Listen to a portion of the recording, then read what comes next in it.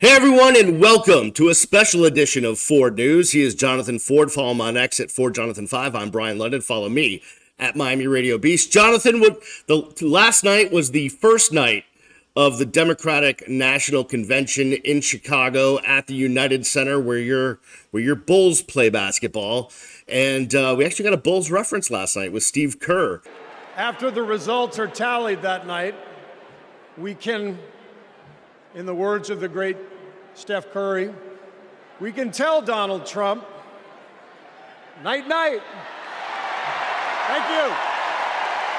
Addressing the crowd. But before we get to some of the specific speeches, what are your general thoughts on how the night went last night? I think it was great with the packed crowd of 23,500 people. It was very positive and electrifying. You could see that people were really enjoying themselves. Yeah, my own thoughts were that it was uplifting, happy, joyful, all of those things. And, the real interesting thing is for decades, the Republican Party was about patriotism, just complete and utter belief in this country and the flag. And I feel like the Democrats have kind of taken that away, as the other side tends to want to poo-poo all over everything in this country. And, instead of being positive about where we are and where we live, to be negative about it. So I really felt that positivity last night, which is something that I liked. A lot of the speeches stood out for me, but there was something really special to me, and I kind of got a little giddy when Hillary Clinton was speaking and we had the lock him up chants. She will never rest in defense of our freedom and safety. Donald Trump fell asleep at his own trial, and when he woke up, he made his own kind of history, the first person to run for president with 34 felony convictions.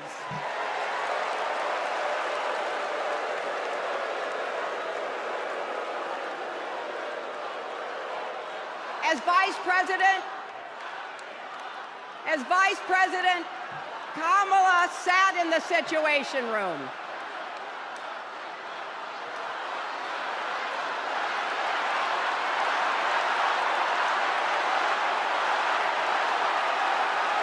It was just a little bit of a taste of their own medicine, and I could just see the smirk on Hillary's face, and I really liked it, and I'm glad.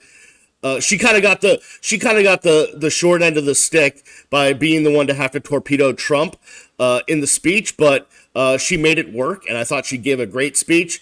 I also thought, that some of the younger Congresswoman Crockett and Congresswoman Ocasio-Cortez did a great job as well. What speeches stood out to you? Well, I would definitely say watching it and then rewatching it a little bit last night, AOC definitely was fired, like just hitting on point after point after point, and she just didn't let up. I think the young kids say let them cook, Yeah. and she was definitely cooking. But if you want to know who VP Harris is, as a person, then you're going to go to Representative Jasmine Crockett. When she talked about how she first met VP Harris, is that she sees the humanity in everyone. She's the only candidate in this race who is capable of empathy. When I first got to Congress, I wasn't sure I made the right decision. The Chaos Caucus couldn't elect a speaker, and the Oversight Committee was unhinged. I was going through all of this when I visited the Vice President's residence for the first time. As I approached Vice President Harris for our official photo, she turned to me and asked, "What's wrong?" Mind you, we'd never met, but she saw right through me. She saw the distress. I immediately began crying.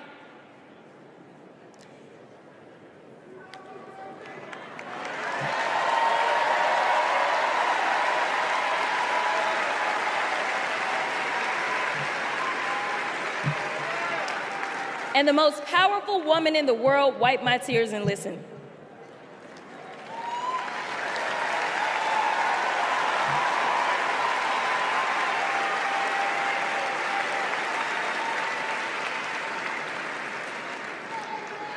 It's so hard for me to tell this story. She then said, among other things, "You are exactly where God wants you. Your district chose you because they believe in you, and so do I."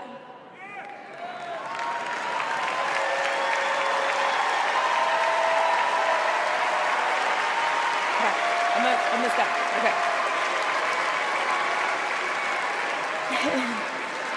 The next month, I went viral for the first of many times to come for hitting Republicans with a dose of their own medicine. That brief but impactful interaction gave me my legislative legs, and I've been running ever since.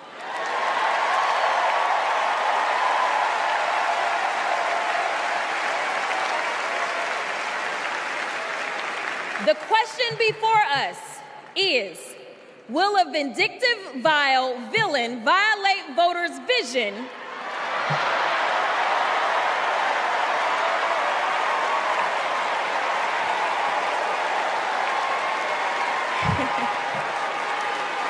for a better America or not? I hear alliterations are back in style. We deserve better. We deserve a president who can be a bright light in a sea of darkness. One who will pull us forward, because we won't go back. Amanda Gorman said it best: "There's always light if only we are brave enough to see it, if only we are brave enough to be it." Kamala Harris showed me that light. And America, when she is our president, together we will shine as that beacon of hope and freedom around the world once more. God bless y'all. To still remember that interaction she had with VP Harris and still get emotional where she choked up just trying to get the story out. I thought a couple other powerful moments were when the women were on stage talking about their run-in with abortion laws. Our willow boxes. This was the outfit that she was gonna maybe wear home from the hospital. There's her little... the blanket that she was in. It's okay. Nope. For 54 years, they were trying to get Roe v. Wade terminated, and I did it, and I'm proud to have done it. I was punished for 3 days having to wait for either my baby to die or me to die, or both. I was stuck in this horrific hell of both wanting to hear her heartbeat and also hoping I wouldn't. There has to be some form of punishment. For the woman? Yeah, there has to be some form. I almost died because doctors were forced to follow Trump's abortion ban. Kamala will protect a woman's right to choose. We trust women to make decisions about their own body and not have their government tell them what to do. I have so much faith in her. And when Congress passes a law to restore reproductive freedoms as President of the United States, I will sign it into law. We have to fight for Kamala Harris, our rights, our freedoms, and frankly, our lives. Everything is on the line. You know, my wife was in tears. I was in tears. My son was kind of really down and out about it, that whole thing. And I thought that was really powerful. And then from an uplifting standpoint, Kamala Harris making a surprise cameo on stage in a tan suit. A little ode to the tan suit. I like that a lot. And you know, Joe Biden bringing it home. And I know how emotional you got over Joe Biden's speech. What were you feeling? What were you thinking when you saw our president on stage giving that speech last night?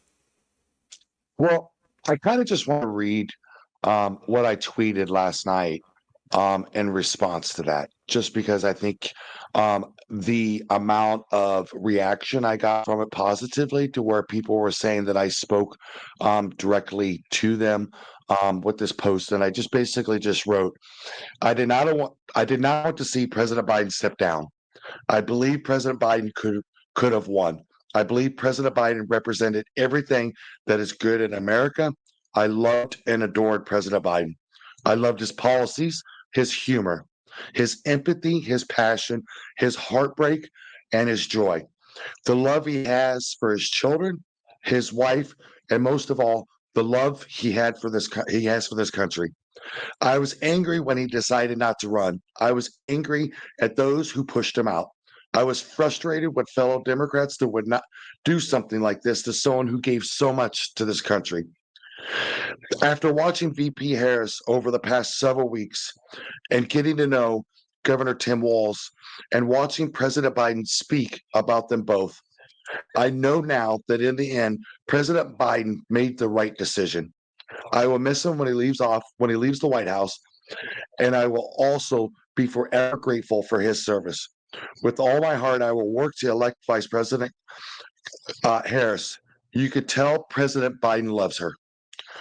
What a remarkable man, and what a remarkable service. We will miss you, President Biden. And that's just my kind of thoughts, that after seeing President Biden speak and get emotional on stage, and the crowd getting behind him was something that was very emotional for a lot of people. But really caught my attention to write that was when VP Harris surprisingly came on stage again after President Biden was done speaking, and you could see him embrace her, but you could see Harris's lips say, "I love you, Joe." And that was the definite stamp for me that this was the right decision for America and the right decision for the Democratic Party. Yeah, I think you expressed your sentiments perfectly. I think Joe Biden nailed it all, and he definitely, listen. He said right out. He said, "I'm too old to be president." He said that, and then he said, "I've got 5 months left. I'm going to make the most of it." But I think, history books are going to talk about this moment of Joe Biden stepping aside for the greater good of the country. If Kamala Harris is elected, that's going to be the case. Now, if Trump wins, then we may second guess this whole decision. But I think last night he hit all of the right notes, said all of the right things, and really, I mean, you could tell there were so many teary-eyed eyes in the audience. Tim Walz's wife was crying. Heck, when Joe Biden walked out on stage to hug his daughter Ashley, he was crying. Just so much emotion last night, and you really could tell that these are real people, right? They're not putting up a front. They're not faking it. These are real people with real emotions, and that's why this is the less weird party. Joe Biden said, "I gave it my all, and I made a lot of mistakes, but I just want to reassure the American people that every day through my career, whether that decision was right or wrong, that I gave America my all." And that really says something for somebody that was in politics for 50 years, that at one point was too young to run, and now he's too old to continue.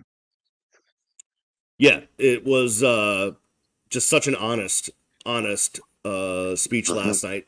So tonight we get to see what I think is going to be some pretty good speeches. Yeah. Barack and Michelle Obama will speak. Bernie Sanders will speak. Governor Pritzker from the state of Illinois, of course, this being in his home state, he will speak. And we have the official floor vote tonight, even though it's been done virtually already. For the public to see, they will nominate Kamala Harris to represent the Democratic Party in this upcoming election. By the way, today is primary day in Florida, so I've casted my vote, and it's an important day, and we wish all of the the luck in the world to our friend Whitney Fox over there on the West Coast. We'll get those results tonight. But I look forward to tonight's happenings. What are you looking forward to tonight, Jonathan? Barack Obama. I am, if there is another president outside of Biden that I think is humble and intellectually honest and intellectually smart, is Barack Obama, and you've heard me speak on it multiple times, that even with Harris, the electricity that we're seeing right now and the enthusiasm in the Democratic Party, we haven't seen since 2008 with President Barack Obama. So I'm really looking forward to him. And also his wife, Michelle Obama, the former First Lady.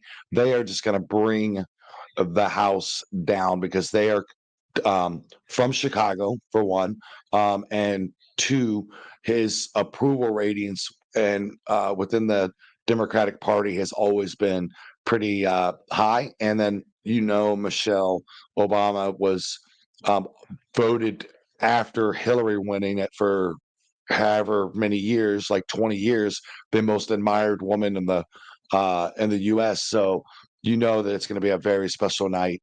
And then we get to finally hear the delegates and where they're placing their vote, which we all know is going to go to Harris, as they've already done that via or through a Zoom call. So it's going to be a great night, and we still have, after tonight, 2 more nights. Yeah, it's definitely going to come to a head on Thursday night when Kamala officially makes her speech and accepts the nomination. But we've got a couple nights before that.